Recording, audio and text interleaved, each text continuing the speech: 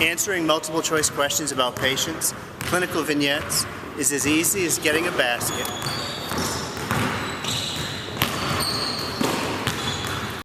Well, these medical exams are not easy for a lot of people, and some really good, really smart people get tripped up on the multiple choice question format. But I'm going to share with you a method that we've published. It's helped hundreds of people from the level of a second-year medical student up to practicing physicians in different specialties. And the reason we did this is because it was really unsatisfying what was out there already. You can search for test-taking tips and get 100 million suggestions.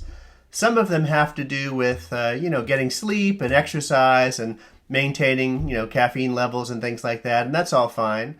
A lot of it, most of it, is people trying to sell you things that haven't been proven to work and things that you do not need. And then you also get some gimmicks, like the suggestion to always pick C if you have to guess. Now that is bad for a couple reasons. One, it doesn't work because one of the test writer rules is your answer choices have to be in alphabetical order, so you can't hide the correct answer in C anymore. But more importantly, even if it did work, which it doesn't, it doesn't help you be a better clinician, and what we're going to go through helps you work better in the clinic as well as on test day. A few things to say up front. Number one, you have to read. You really have to read. And you have to write out things, not just type things, but write out to encode into your memory. You can't watch med-ed videos. You can't watch just the lectures at 1.5 speed. You can't flip through someone else's Anki deck. You have to really read the stuff and write out things on your own.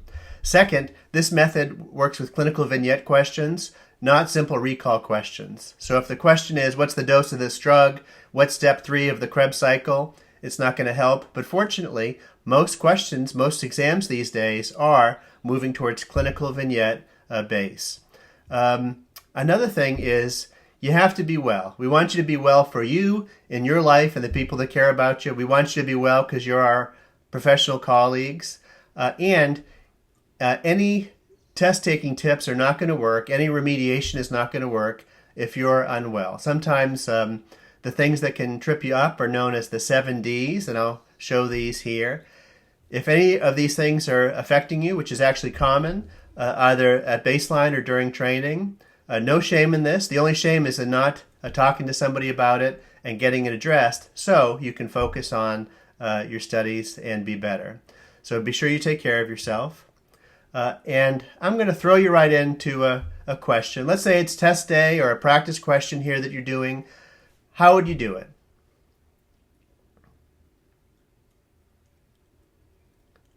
Well, hey, whoa. Were you looking at the answers first? Do not look at the answers first. There's 3 reasons I say that. Number 1, another test writer rule is any question that's a good question, high stakes exam, should be answerable without the choices. But more importantly, you don't want to, what we call, anchor or prematurely close a case. Basically, once you look at the answers, you cannot unsee them and get them out of your brain. So in this example, you're seeing a CT angiogram, thrombolysis answers, so you're thinking, oh, this might have something to do with blood clots.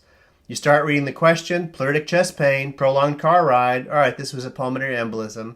And you answer that way, and of course, you are wrong. The most important reason to not look at the answers first is this. Your patients do not come to you as multiple choice questions. So if you cover up the answers, you're kind of replicating, it's like a low fidelity simulation, a practice patient with every question that you try to do. So doing this again, let's say we cover up those answers, we're reading the question again, and you note, well, hey, the temperature's kind of high, the guy has sputum, X-ray infiltrates, and a white count of 19,000, sounds infected, so I'm not going to think pulmonary embolism and blood clot, I'm going to think pneumonia, and then you commit to an answer like you'd have to in real life. I treat for community-acquired pneumonia, and then you can see if your answer is there. And that reminds me of another test writer's rule. They can make the question as long as they want. Talk about all this stuff, pet birds, trips to the mountains, second cousins with diseases, whatever they want to write. But anything abnormal, like in this case, the X-ray or the white count, has to be part of the answer. That's a rule. Has to be part of the answer. Broadly, what our method has to do with is self-regulated learning, that cycle of forethought, actions, reflections that surround really anything that you want to do well. In this case, answering a test question, but it could be seeing a patient. People who do this naturally are high achievers. And we've also shown that you can teach people to do this who don't do it naturally.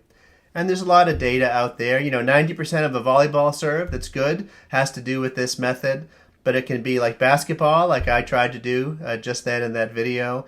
Starting an IV, pre-science studying, clinical reasoning. You have to go in to your practice question or your studying or whatever you're doing with the strategy. That's the forethought phase. Our strategy has to do with finding the disease script, that story that tells you what the disease is.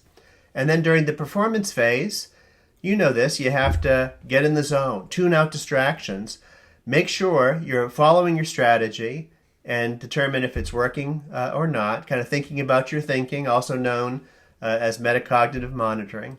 And then at the end, you have to do this reflection phase after you've done the practice question or whatever it is that you're doing. Most people skip this step.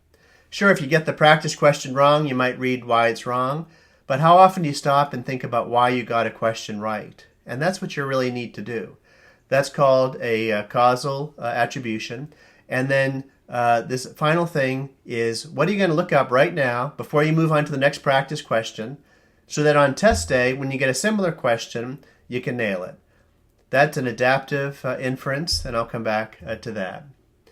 In our research, we've identified 7 different types of struggling test takers, and again, I'll share that with you at the end. We developed this form, question review form, that'll kind of coach you through these steps, and I'll share this with you at the end. What I want you to do is print off 20 of these, do 20 practice questions with this method using the form, and ultimately, your brain gets reprogrammed so you do the method without needing the form anymore. As you're reading the question, you go through steps 1 through 5. You're going to then uncover the answer choices and commit to an answer.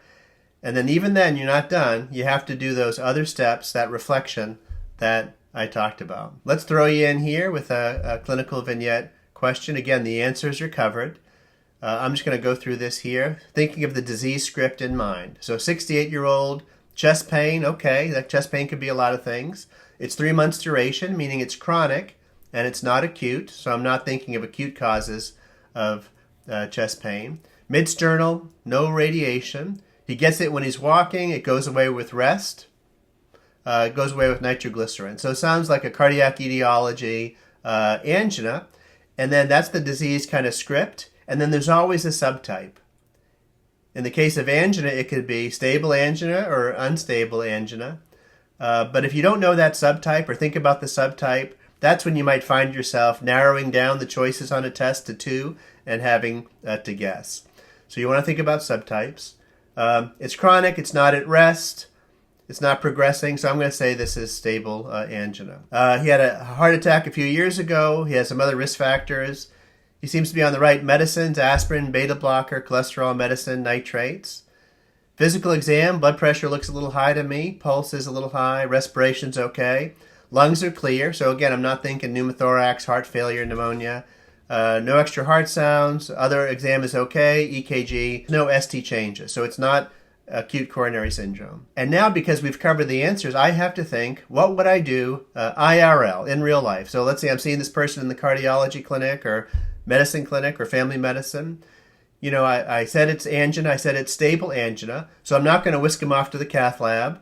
It'll probably be medication management, and since I noticed his blood pressure and heart rate was a little high, I'll either increase or add a medicine, and I don't know what dose he's on of metoprolol, but I'll increase that, whatever that is, because I want his blood pressure and heart rate to come down.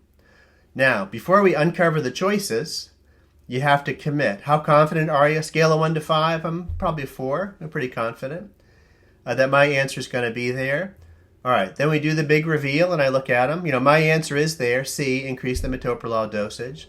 And I can quickly scan the others. That calcium channel blocker, especially diltiazem, is not as good. Ranolazine's another kind of long-acting anti-anginal type medicine. I'd like to do that later. And then I already said I'm not going to take him to the cath lab. Had I read the answers first, I might have take him to the cath lab and then not been able to unsee it and maybe been tricked into thinking this was somehow unstable angina.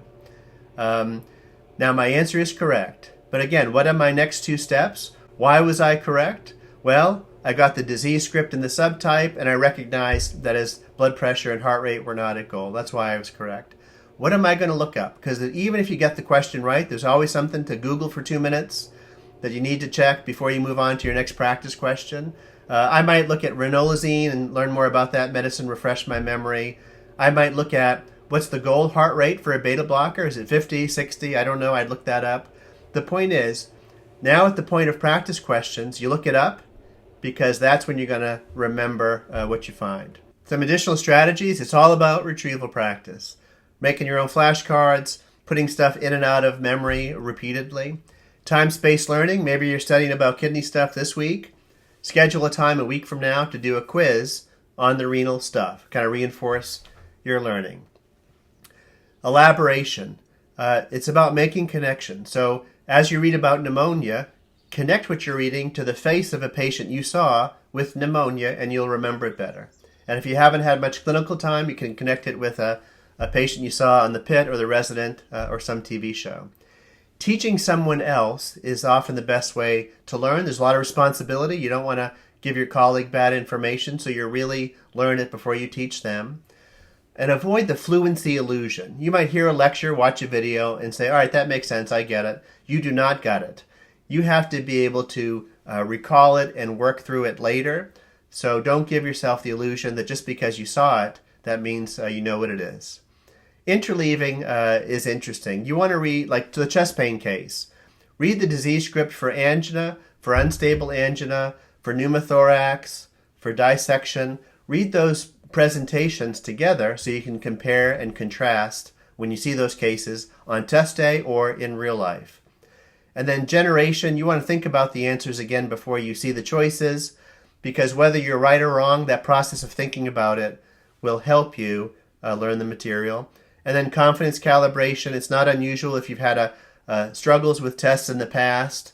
You know, you've been burned before, your confidence is low, and that can make you change the right answer on test day, and you get tripped up and run out of time. Doing that confidence calibration that's on the form before you see the answer will help reset your internal confidence measures. Of course, you want to be confident when you know the material, and if it's something you don't know, you appropriately don't want to be confident, and this will help you find out which is which. We're going to share a couple of papers, links to videos, the question review form, all that stuff. And also reach out anytime. I'd love to work with you or your institution in the future. It's very gratifying to see good people who are good clinically get to demonstrate that on these high-stakes examinations. But again, remember, you have to put in the time to read, write stuff out. Don't rely on other people's content. You have to encode this in your memory. Rather than burn through 1,000 questions, go through those questions slowly using this method. Use the form the first 20 times you do it, and then the process gets programmed into your brain. Take care of yourself, take care of each other, and I know you can do it. Now, if you practice all of these steps, it really is true that answering a multiple choice question about a patient, a clinical vignette question, is as easy as getting a basket.